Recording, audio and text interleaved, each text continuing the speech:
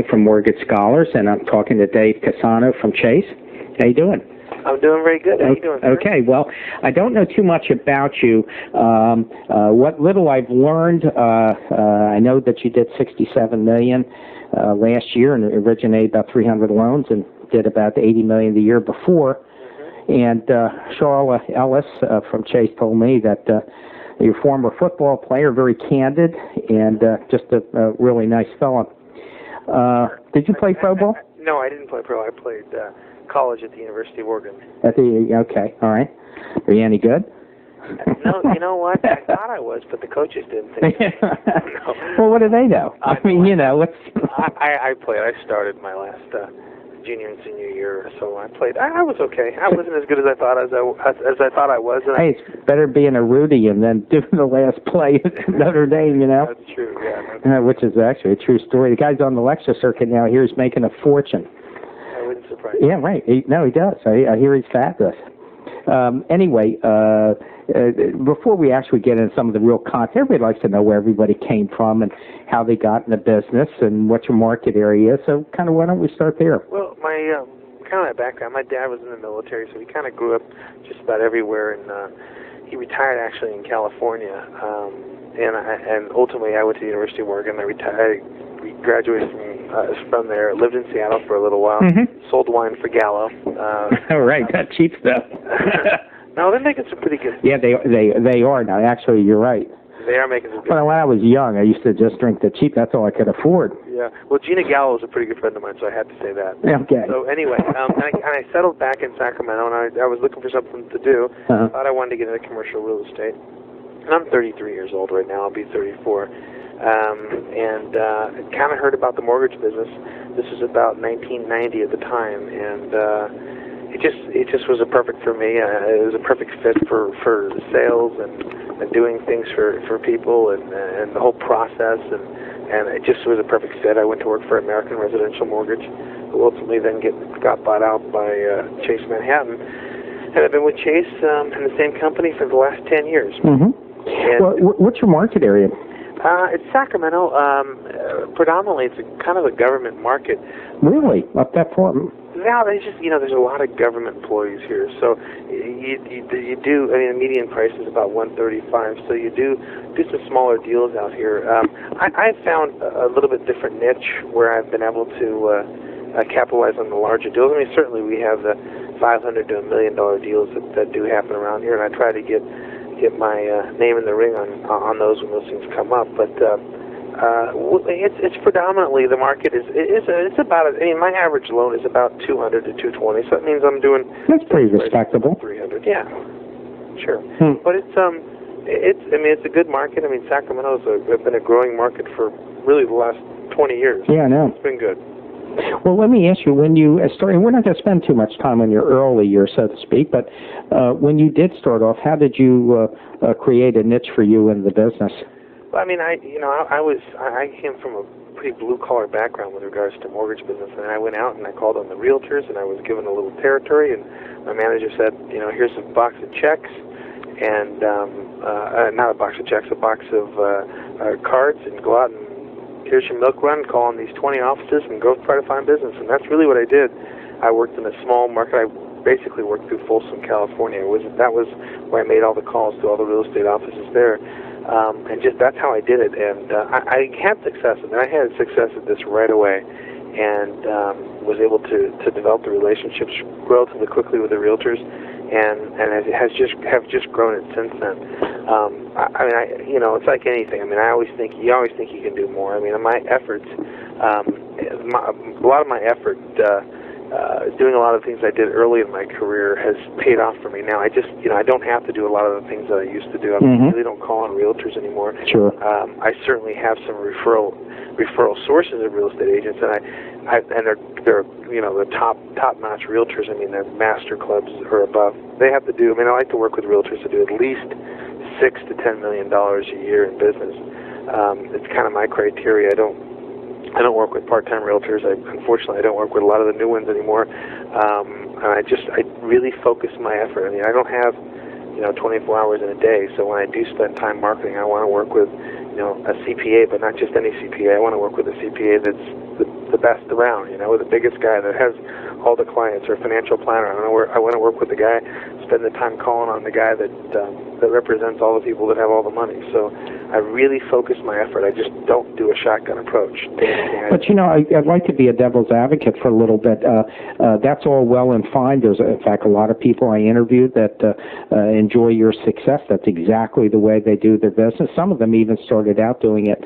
But as I say, if I could be a little bit of a devil's advocate, and for the listeners out there, for the people that, you know, have a year, 2 years experience, maybe 3 years, you know, what kind of advice would you give them? I would say, you know, the thing that I add value in is that, you know, and this is where I thought was important from when I first got in the business. I mean, you really need to be an expert at what you do. And you don't have to have all the business in the world.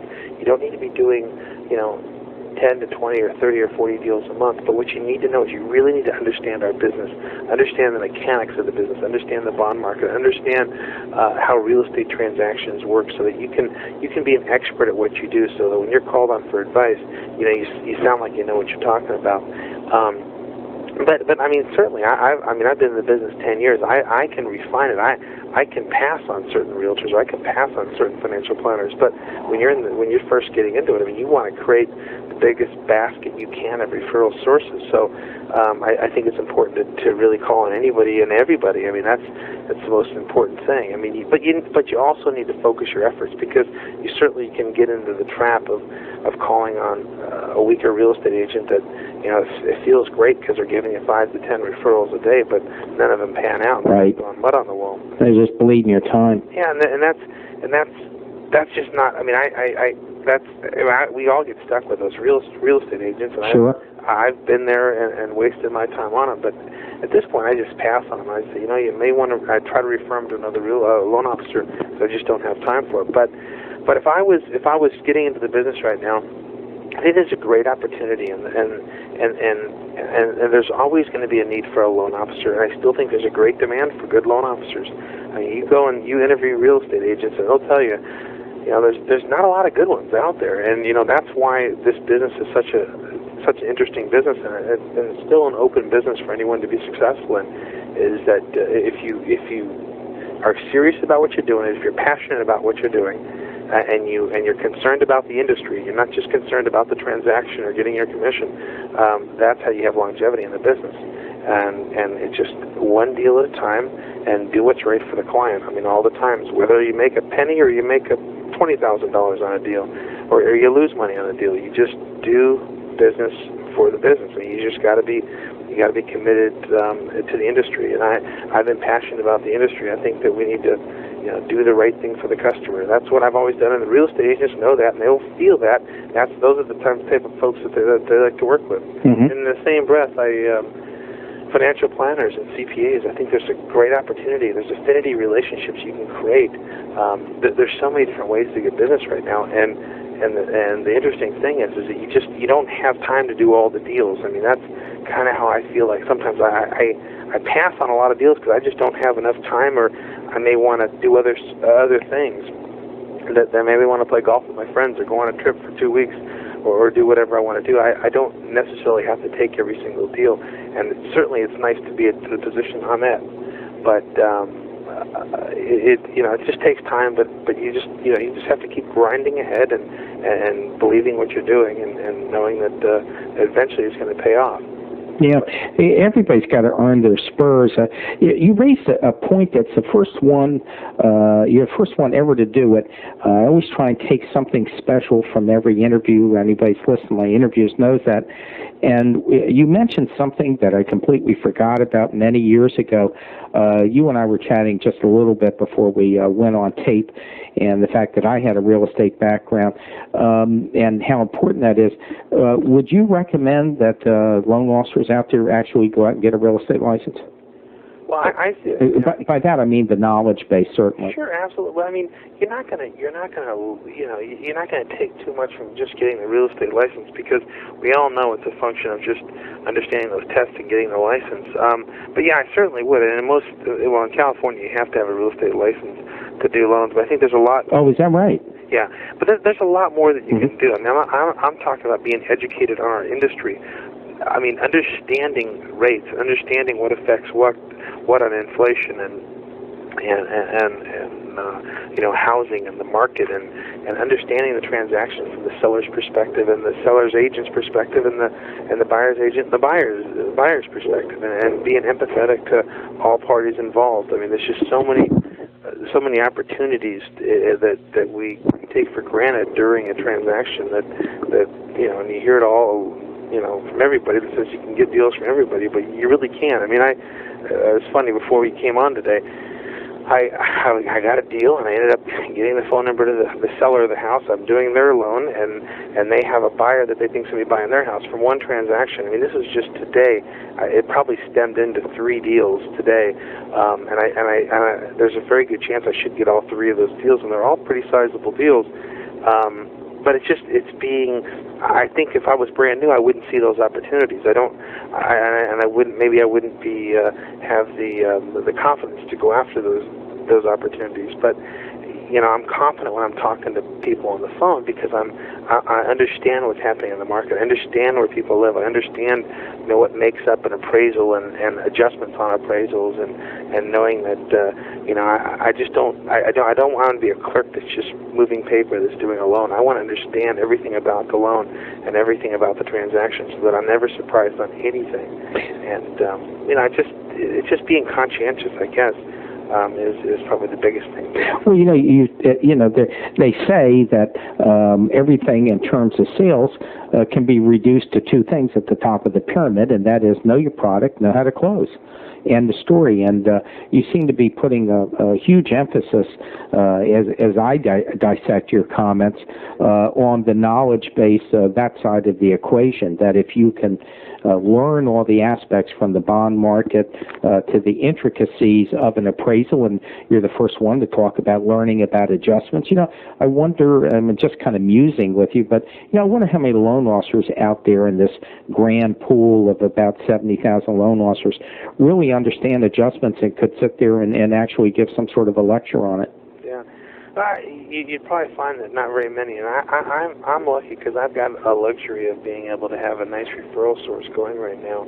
So I don't need to spend the time. I want to spend my effort just becoming better at what I do, and that encompasses everything. I mean, from, like you say, adjustments on the appraisal to termite reports to roof search to home inspections it's just a function of me spending time and seeing lots of deals to being able to understand different challenges that come up. But I really want to focus my effort on really being the best at what I do. I mean, I have some real estate agents that refer me out, and they say, well, this guy's the best. He is the best loan officer in Sacramento. He knows what he's talking about, so take it to the bank when he tells you. And I like that, and I want to have that kind of reputation, because when you have that reputation, you do deals for appraisers and escrow officers. I mean, I've done so many loans for escrow officers, and frankly, I don't work with a lot of those title companies where I do loans, and so possibly they see the value in just working with me just for being an expert. And I think we also have to create niches for ourselves from the marketing standpoint. Yeah, but creating value added, I think, is a lot harder than than you're alluding to. I think creating value is a function of really knowing your product and having the sales skills and the tenacity and having an A+ personality for the most part, and it's putting it all together. Cardinal Newman many years ago referred to what was called the Catholic man, and by that he meant in a small c, not a large c, to denote the Catholic Church, the Catholic being a term for universal. And there is a theory in higher education today that some of the education is much too narrowly focused, and you're turning people out of college and graduate school. They can't spell toothpaste, but they can solve, They can split an atom. Yeah, right, exactly.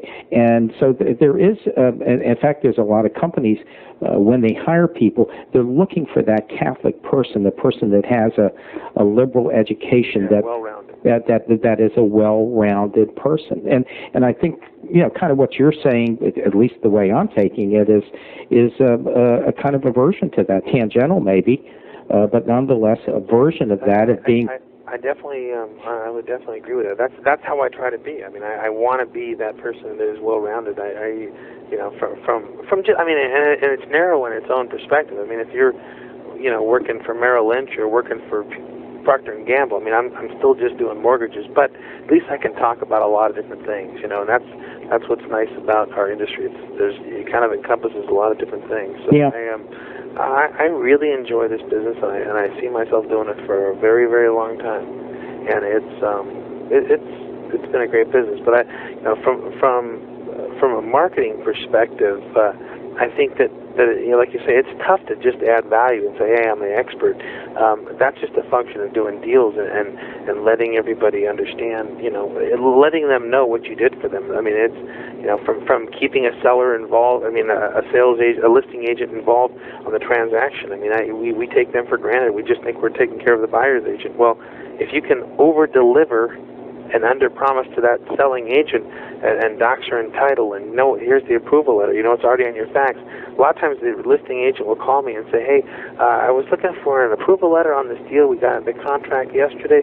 Can you just get to me in the next 3 days? And I'll tell them in most cases, it's actually, there's an original in the mail to you already. You probably would be getting it today, but we actually faxed it yesterday to you. We do that. I don't want them to call me. I want to be ahead of the game. And what is it? It does. It cuts down on my calls, and you don't get the nervous sellers or nervous selling agents calling me. I never get them calling me because I beat them to the punch on everything. Now that is an area you've been around long enough to probably be through at least one cycle on the turn, and that is one area that's changed rather dramatically. Certainly from my time, when a loan could take 4 to 6 weeks of the blink, and God help you if it was an FHA. And I can remember appraisal requests going down to the FHA downtown near Union Station, and I mean, you really had to pray to God on your knees that this thing would come out, who and when. And so much of that has changed. Where technology's helped us out a lot, and it's become a lot liberal and a lot, loan officer friendly. I mean, that's the advantage that some of these loan officers that come into business now from 5-10 years ago is so much different, and from back when you were doing it in the early 80s, it's totally different, and the process has become so quick and so fluid and rapid in getting deals done. It's very, very, I'm being distracted because somebody was just getting ready to walk into the office, but the fluid of which, of the pace at which you can get a loan done nowadays is, I mean, you can have formal approvals from application. I do everything over the phone, but I typically like to have everything done that day. I mean, I need to go to my next deal, so I can't spend 2 weeks, 3 weeks, or 4 weeks, or the way it used to be. We spend 45 days and wait on the 45th day to go into underwriting. I mean, that just doesn't cut it in the year 2000. Let me ask you something with a little more specificity. You mentioned something that you talk to them over the phone and you like to have it done within a day. How about telling our listeners out there exactly how you do that? Obviously, you minimize your face-to-face. What I've done is, it's really funny. I mean, loan officers and top loan officers, you can talk to Charlotte Ellis. She likes to get in front of the borrower and meet with them and give value that way because she's a wonderful person. Yeah, she's great. Great loan officers that do that. John, it's just funny is that I've evolved myself into this beast that does loans, and I really never meet the customer. I spend a lot of time with them on the phone, but I just do not. I don't meet with people like I used to. My value added is that, and I change words around. I don't want to say, hey, let's get together and let's take a look. If you take anything from my conversation, just use a few of these words, and it makes your life a lot easier. A borrower will call in, and there's always that awkward time where they think they're shopping for rates, and they just bought a house and they need to get a loan. What I will say to them on the phone, I said, well, can I collect a little information? Mm-hmm. Love that. Sure, absolutely. We can, no problem. I don't want to do a loan app, but you can collect some information. Isn't that great? I love that. I love the English in that. I say, can I collect a little information? And everyone will give you some information. I have taken, thousands of loan apps over the phone, and I've had people, when I'm done with it, well, when are we going to do the loan application? You going to send it to me? I say, sir, we've already done it. We're done. And this is what I do with everyone. I say, can I collect a little information? I do my stuff. I take the loan application on my laptop. I'm pulling credit. I have the credit approval. I go ahead and do my electronic underwriting right then. And most of the time I say, sir, you're actually formally approved. All I need from you is if you could gather a little more information and just fax it to me. Gather a little more. Love it. Could you gather a little more information for me and just fax it to me? And sometimes they think that we need to meet. I have had a customer. Listen to this. I had a customer. I took this loan from another loan officer. This other loan officer went to their house, went to their apartment, went to their office, took the loan application on their laptop, drove all over town to do this loan. I spent 15 minutes and stole the loan from her, and what she said was interesting. She said, you know, that we're dealing with you is so much easier, Dave. The process was so nice. I didn't have somebody intruding into my house, making copies, doing the stuff back and forth. I added value by just not meeting with her and saving her 3 hours of time. I don't want anybody coming to my house. I don't want anybody coming to my work. If I can spend 15 minutes on the phone with somebody and then just fax them a few things, and all of a sudden it feels like, and then docs her a title, I think I'd rather work with that guy. And that's how I do my business, and it's evolved because when I did the $80 million, I was originating a branch that was also closing another $400 million. And I needed to do something to free my time. If I'm taking 1 to 3 deals loan apps a day, I can't meet with everybody because what happens inevitably, you spend an hour BSing and you take the loan application and they're talking about everything other than what's important to the loan. What I do is I do the loan, I gather my information, I collect it. Now, sir, is there anything else you'd like to talk about? What concerns you about this transaction? Is there anything that I can do to make this process better? Now, after I take the loan application on the phone and the loan app, I have some very nice information that they'll have by the following day. Very personal information, a letter from me saying, the process hopefully is smooth. If there's anything that we can do to make this process better, let us know. And I really try to put a personal touch on it. But the loan application does not need to be. Everybody thinks it should be a 2-hour thing or a 1-hour thing. And literally, I tell folks, I've already done a couple loan apps today on the phone, and I do the same thing every time. Would you mind if I see the collectible information from you? And I just need about 10 minutes of your time. That is so unintrusive. It's just, it's dynamite. What I'll do with some folks is, everyone thinks that they have to be the first one to the door to the homeowner's house. I don't mind if another mortgage broker shows up to their house. I'll take the loan application over the phone and take 10 minutes of their time. So you know what? If you want to go ahead and meet with that other loan officer later today, the guy that's coming out to your house, feel free to do that. No problem. But 9 times out of 10, even if they meet with the people, 9 times out of 10 they don't. But with the ones that do meet with the person, the loan officers, they're so unimpressed because the process is, it's antiquated. They're either handwriting it or they're putting it into a laptop that'll have system problems or technical problems and booting up and booting down, and it's too intrusive. I feel like I'm a car salesman. Or I feel like I'm a vacuum cleaner salesman if I'm at somebody's house doing it. And I tell you, the perception from the customer is, you know what, I'm really paying for this one if this guy's coming out to my house. Our business is becoming a commodity. Overage. Well, it's just, I'll tell you, you tell me if I've even had that conversation with customers. I can't actually come to your house. Our margins are so slim, and we try to get the best possible. Oh, I love that. Yeah, that's great. Yeah. I like that one. Price. And I'll throw that in there. Well, with that guy you're meeting, I'm sure he'll make it somewhere. That is really good. You're just my kind of guy. And what's kind of interesting is that you're almost taking away an objection on pricing when you say something like that. Without them quizzing you on pricing and points and everything, when you throw something like that, hey, I can't even get out there. Our margins are so thin. We work, we've got to do 10 deals a day every day. They love that. That's music to their ears. Well, it's just this is the year 2000. This is the year 2000, so, people don't want that intrusive behavior, if that's what it is, from a loan officer that's going to go out and spend all their time. And, people don't need, my wife ordered web vans. She's getting her groceries delivered, so, why do I need to go to show up at somebody's house to do this whole process. You know what was kind of interesting? You are very much articulate, but in a totally different way, the same sort of thing that Steve Patterson does, who I know you know, with partners, and used to work for Chase.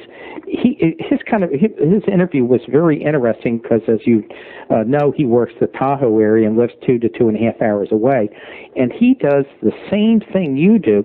And he was very interesting because what he John, said. Where do you think he got the ideas? Well, you know, by the way, he acknowledged that. No, I'm telling you, he acknowledged that. As you're saying that, I'm saying, oh yeah, right.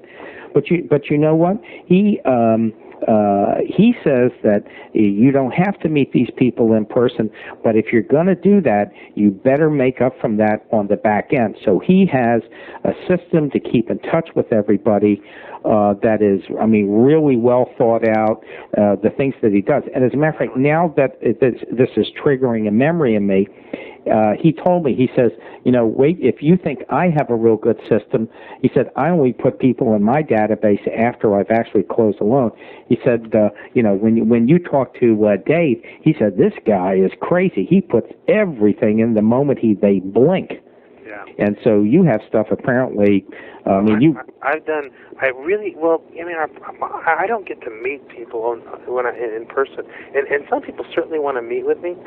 But what I will do is I don't want to have anything to do with the loan application or that loan process. I want to meet with them, and I'll meet with them. We'll just chat about about life. I mean, we don't need to. Mm-hmm. I don't need to be in front of them to do a loan application. That's misnomer in this business. A lot of people that I've talked to that are at your level and above, they actually use that face-to-face, if there's going to be a face-to-face, only to talk about personal things. They have made it... It's got to be qualitative. Right. It has to be.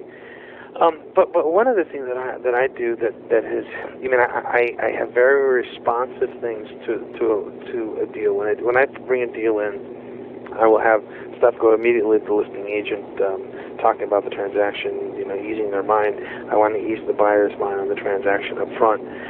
But what I do is I collect a lot of information up front from a personal note, because I don't have the ability, like I was alluding to spend so much time with people.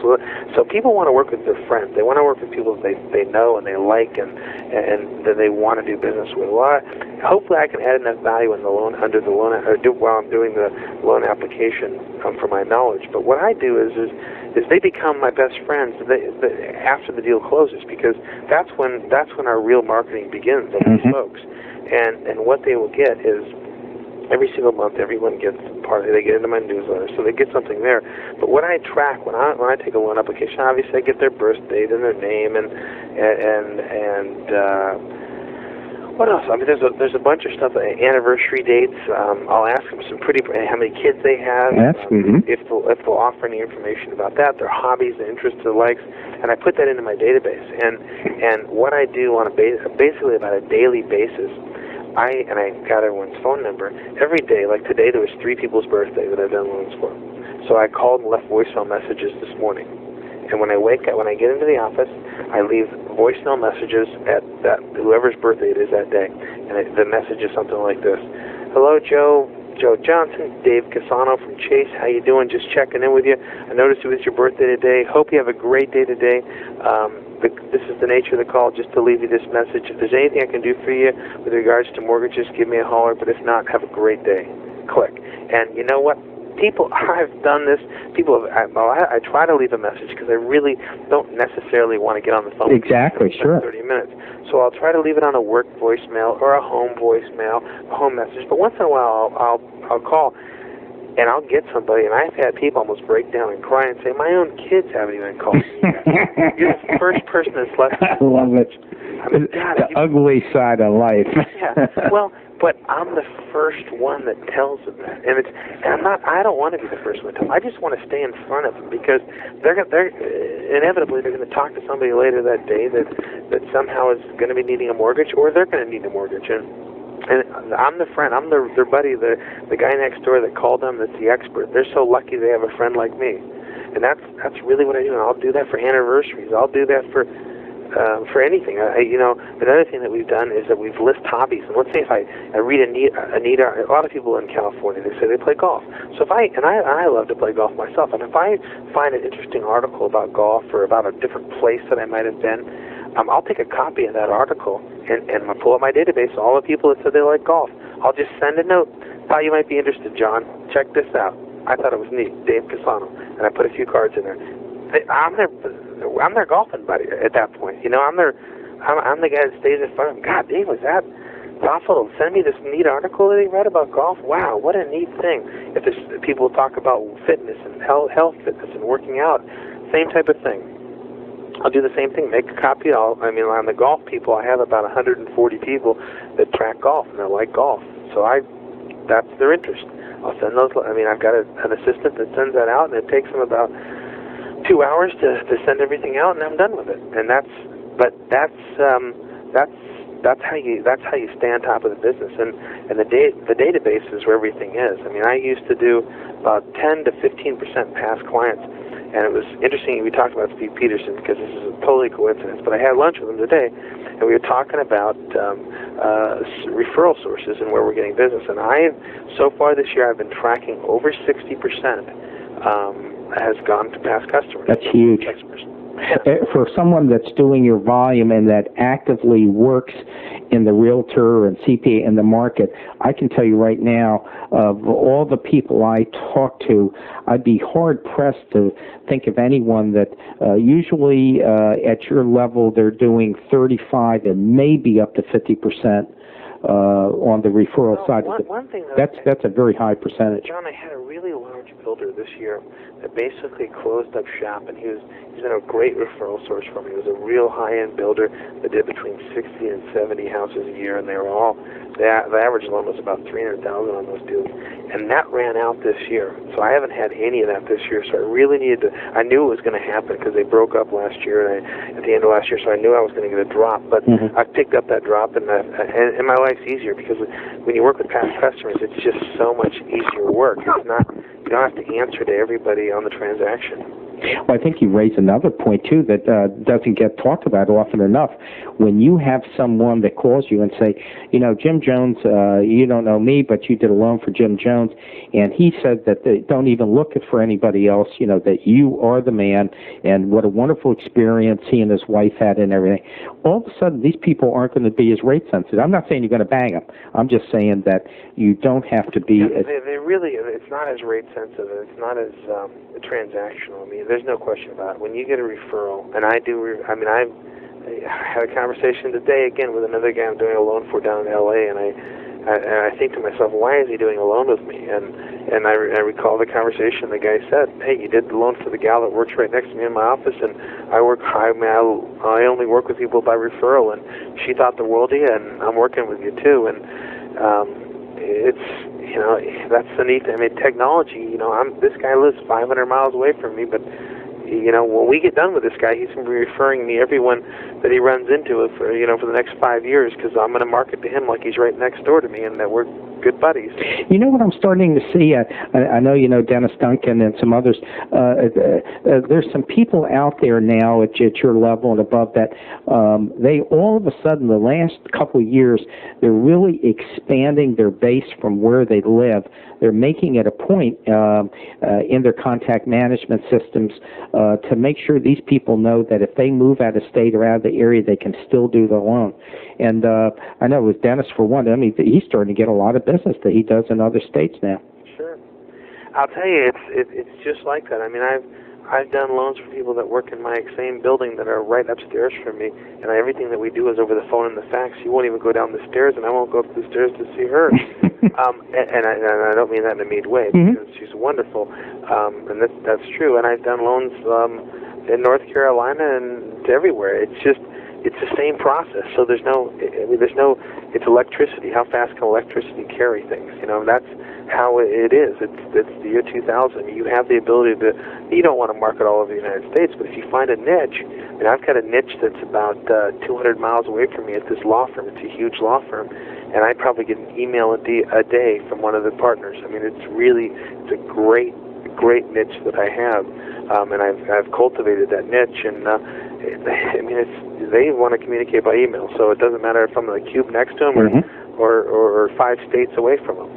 We're running out of time now, but I want to end this by throwing something out to you, and just want to hear your comments. I already know what the answer is going to be. I just want to hear how you articulate it. My observation is that not only are you a plus extroverted personality that any Dumbo could figure out in about after a minute of listening to you, but also you seem to have an enormous enthusiasm and feel that the business is really a lot of fun. And I wondered if you just kind of comment on that aspect of it. Well, I will, John, and it's funny. I remember when I first got into the business, I remember talking to one of the old veteran loan officers that I thought was such a big shot because he was almost doing $1 million a month. And I remember saying to him, I said, God, Fred, this business is just so emotional. It's just such an emotional business with these highs and lows. And, I'm a passionate person, as you might be able to tell. And I just, it was very difficult to handle. But it's funny, I mean, and that's how it is, and unfortunately, that's just the way it's going to be. I mean, when you're in commission, that's the nature of the beast when you start out. But I'll tell you, I've really enjoyed it because I love the business for several reasons. I love helping people, but probably the biggest thing, and people don't, loan officers kind of neglect this part of it. I love my referral sources. The ones I have, they're the ones that I want. I mean, I love these people. I've got some referral sources where I've got keys to their cabins in Lake Tahoe, and a friend of mine. I'll be calling you. A friend of mine has a plane. It's a pressurized plane. He's taking me to play golf on the Oregon coast this weekend. I love the people that I'm working with. And I think that's what makes your life easier. I mean, if you have some referral sources that you're trying to get business from, and it's just not working out. I mean, life's too short. I mean, I'll probably be alive, hopefully, for 60 years. Then that means I got about 25, 30 more years left tops. I don't need, my life is too short to work with people that I don't want to be with. But I love the prospect of doing loans for people that I've already done business with. And the challenge is to getting them to come back to me, and hopefully I've earned their business. I want to earn the right to get their business back. And right. I love it. I mean, there's just nothing else you can do that you can make the kind of money that we make. Stop right there. This is great. We're going to end on this high point. Otherwise, you're going to have me going for now. I'm going to have to put some more tapes in this machine. I don't want to run you. I'm serious. This, some people, can just go, and you're one of these people that can go. I had a guy named Richard Kilfoy, regional, runs Long Island for HSBC, and he's very, very good. And he just kept going on and on like you. And at the end, I said, okay, now we got to kind of end this. We're getting near the end. He said, but I got so much more to say. I got another 2 or 3 hours. You got to call me back because we got to do some more of these. And, just that kind of infectious personality. And I'm sure that transfers over to your clients on the phone and when you're dealing with them. And I want to thank you very, very much for taking the time to talk to us, Dave. It was really wonderful, and we'll keep in touch.